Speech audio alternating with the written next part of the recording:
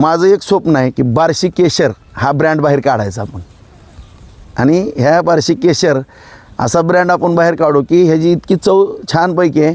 उद्या हा सुद्धा आंबा ज्या धर्तीवरती देवगडचा आंबा, हापूस आंबा प्रसिद्ध आहे, त्या धर्तीवरती आपली भौगोलिक परिस्थिती आणि त्याचा गोडवा एवढा चांगला आहे की हा आंबासुद्धा खाण्याकरता इतका चवदार आहे. हा सुद्धा तुम्हाला लवकरात लवकर बार्शी केशर म्हणून हा ब्रँड प्रसिद्ध झालेला दिसेल. जवळपास मी सुरुवातीला माझ्या माहितीप्रमाणे 6 एकर 7 वर्षापूर्वी बाग लावलेली होती. त्यानंतर 4 वर्षापूर्वी 4 एकर लावली होती. अशी एक 10 एकर आता मला करता आलेली.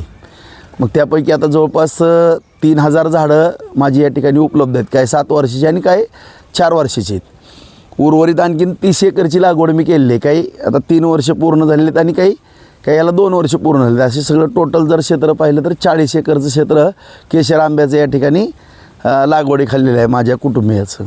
आणि यामध्ये आता मी 10 एकर जो आंबा आहे आता 7 वर्षाचा आणि 4 वर्षाचा, तर तो 27 लाख रुपयाला दिलेला आहे.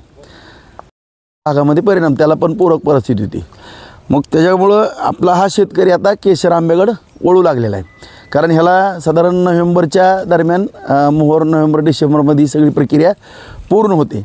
आणि खास करून ह्याला औषध, खत ह्या सगळ्या गोष्टी जर वेळोवेळी केल्या आपण, कर्टल वगैरे हे सगळ्याच, तर आपलं टार्गेट ठेवायचं की काही जरी झालं तरी आखितीच्या आत आंबा निम्मा तरी विक्रीला आलाच पाहिजे.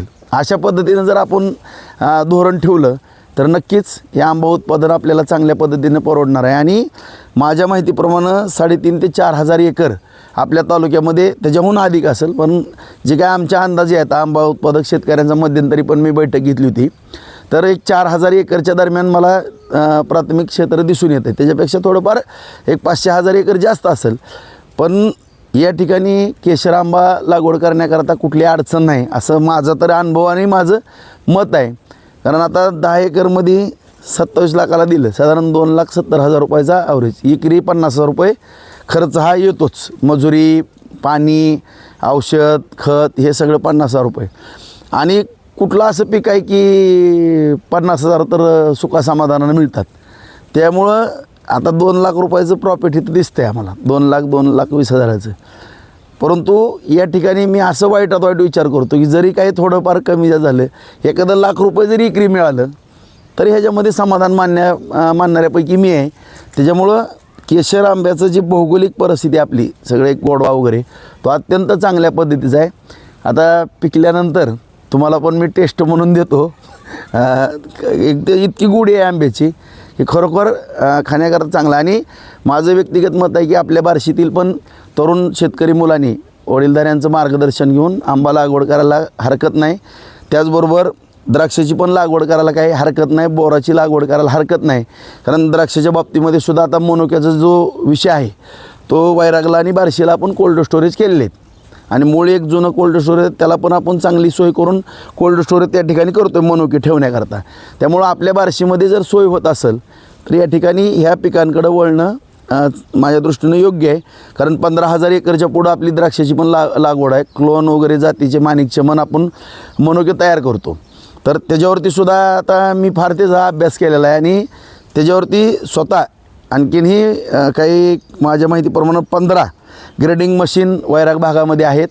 शॉर्टेकच्या मशीन मनुक्याच्या आहेत.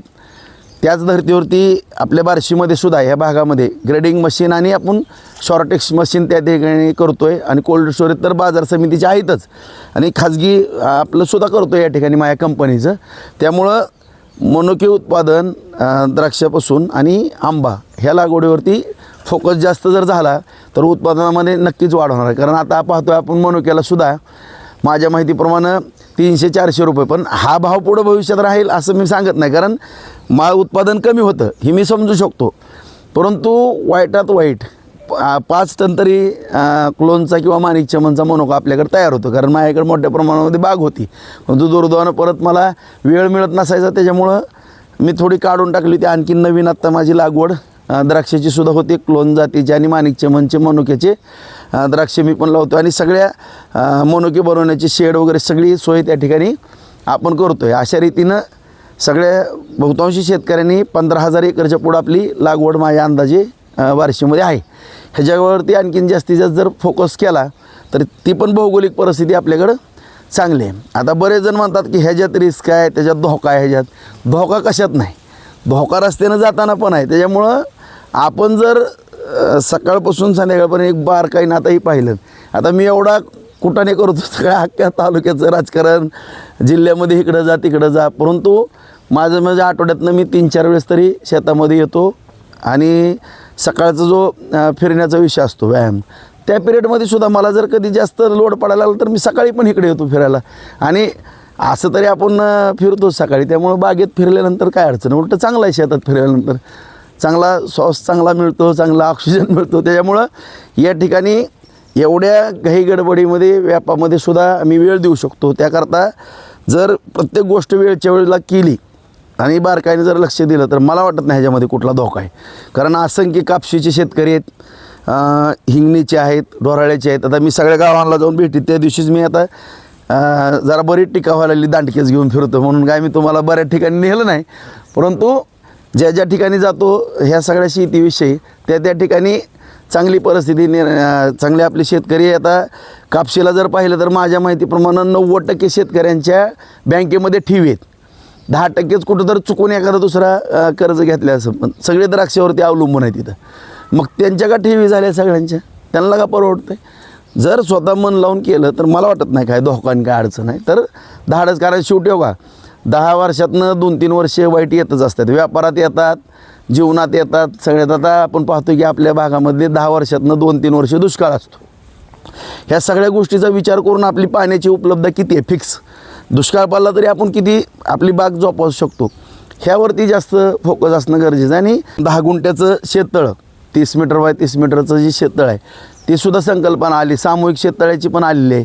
त्याला या अनुदान आहेत, ते पाणी स्टोअर करून आपण एप्रिल-मेमध्ये वापरू शकतो. जेवढं पाणी उपलब्ध आहे, 20 आर करताय, 1 एकर करताय, 2 एकर करताय, तेवढं करायला काय हरकत नाही असं माझं मत आहे. आता ह्याच्यामध्ये कसं आहे, प्रत्येकाचे वेगवेगळे मतांतर आहेत. आता कोण 6x12 करतं आहे, कोण 5x10 केलं आहे. पण मला वाटतं माझा अनुभव सांगतो. आता ज्याचा त्याचा हा व्यक्तिगत विषय आहे, परंतु मी जे केलेली ती 10x15वरती केलेलं आहे. कारण भविष्यामध्ये झाडं दाटतात.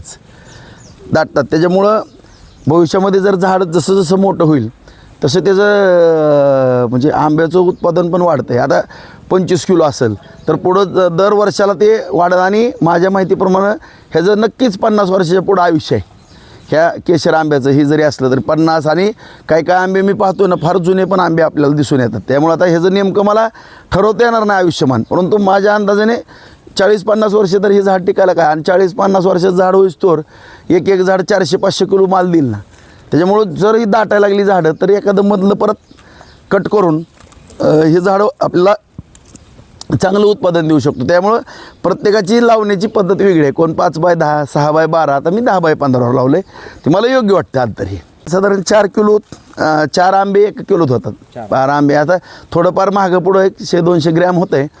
आणि एक झाड कमीत कमी 20 किलो, 25 किलो, 30 किलो, 40 किलो त्या मानानं फळ देते. आता भविष्यात जसं जसं झाड मोठं होईल तसं तसं त्याचं उत्पादन पण वाढणार. केशर आंब्याची लागवड करताना कधी कधी शेतकऱ्यांना नर्सरीतून रोपं आणताना त्यांना डुप्लिकेट रोपं मिळतात. मग लागवड केल्यानंतर 2-4 वर्षांनी ते लक्षात येतं की आपल्याला हे फसवलं आहे. मग तुम्हाला अशा काय फसवणुकीचा सामना करावा लागला होता का, आणि तुम्ही कशी काळजी घेतली ओरिजिनल रोपाची निवड करता? नाही तसं मळेगावचे आपले पवार म्हणून आहेत, एक चांगला, तुम्ही काय त्याची ॲडव्हर्टाईज करत नाही, परंतु अत्यंत प्रामाणिक शेतकरी आहे. आणि तो जाऊन हे केशरची आंध्र प्रदेश वगैरे त्या ठिकाणी त्याला पारख चांगली आहे. तो शेतकरी बांधव आहे, तो आम्हाला रोपं या ठिकाणी आणून पुरवतो आणि तो खात्रीशीर आहे. आता सगळी झाडं जर पाहिली आपण, आता जुनी पण आणि नवी पण, तर ती खात्रीची झाडं आहेत. आणि थोडं प्रत्येक शेतकऱ्यांना पण ओळखू येण्यासारखे विषय आहे. तसं काय एवढं कोणी फासण्याचं कारण ह्याच्यामध्ये नाही. काय शेतकऱ्याची झाली होती म्हणून विचारलं? नाही, तसं काय वाटलं तर थोडा म्हणजे मी म्हणत नाही, माझा जरी सल्ला घ्यायची वेळ तर घ्या, मी त्याला सल्ला द्यायला तयार आहे, काय फसवणूक होणार नाही. फळझाड लागवडीसाठी काही शासनाच्या अनुदान काही योजना आहेत ना, त्याच्या योजना आहेत. अनुदान रोजगार हमी योजनेच्या माध्यमातून असेल किंवा फळ लागवडीला आपल्याला अनुदान आहेत, त्याचं ऑनलाईन आहे, त्या ठिकाणी सुद्धा आपण मदत करू. आणि सगळ्यात महत्त्वाचा विषय, जे आंब्याचा विषय आणि द्राक्षाचा, ह्याला 12 महिने पीक विम्याची जी हमी आहे ती देण्याकरता आपण थोडा प्रयत्न करतो. काही त्याच्यामध्ये त्रुटी आहेत, त्या त्रुटी आम्ही शोधल्यात आणि याकरता 12 महिने कधीही कुठली अडचण आली आणि नुकसान झालं तर त्याला इन्शुरन्सचं विम्याचं कवच असावं अशा पद्धतीचं आमचं प्रयत्न आहेत. आणि 100% आम्ही माननीय देवेंद्र फडणवीस साहेबांकडनं ह्या गोष्टी आपण कृषी मंत्र्याला पण भेटून ह्याची एक खास बैठक लावून जेणेकरून ह्याचं नुकसान होणार नाही याच्या बाबतीमध्ये, आणि झालं तर पीक विमा ह्याला एक सपोर्ट चांगला असावा या दृष्टीनं आम्ही प्रयत्न करतो आहे. काय व्यापारी शेतकऱ्यांची फसवणूक पण करतात, बाग घेतात आणि शेवटचं काय बिल द्यायच्या आधीच ते काहीतरी वांदा काढून निघून जातात. काय अशा पण घटना बऱ्याच ठिकाणी घडायला आहेत तालुक्यात. तालुक्यात अशा केसेस पण झालेल्या आहेत, जे व्यापाऱ्यांनी पैसे न देता निघून गेलेले आहेत, असे पण प्रकार झालेले. मी एक सांगू का, आपण रोजचा बाजारभाव बघणं गरजेचं आहे. शेतकरी म्हणून मी बोलतो, आपण रोजचा बाजारभाव एकदम खात्रीशीर पाहणं गरजेचं आहे. आता उदाहरणार्थ द्राक्षे 40 रुपये किलो आहेत, सगळीकडे 40 रुपयाचा एकदम भाव आहे. तर कोण जर आपल्याला 45 आणि 50 रुपये मागायला लागलं की ओळखायचं की ही बुडवणार आहे. तर काय होतं, आपला शेवटी शेतकरी आपला एक बळीराजा हा कधी थोडा त्याला फसवण्याकरता काही जणाला एक आयडिया आलेले आहेत, त्यामुळे तो फसतो, नाही असं नाही. परंतु त्या बांधवांना पण माझी नम्रतेची विनंती आहे की बाजार सोडून जर कोणी जादा पैसे द्यायला लागले तर ओळखायचं की हा टोपी घालायला आला आहे. त्यामुळे असं फसवणे आणि काही ठिकाणी फसगत झाल्यानंतर सुद्धा आम्ही पोलीस स्टेशनच्या मार्फत किंवा काही ना काही त्याला मदत करून त्याचे पैसे वसूल करण्याचा प्रयत्न नक्की. आता कांद्याच्या बाबतीमध्ये दरवर्षी 3 ते 5% घटना घडतात.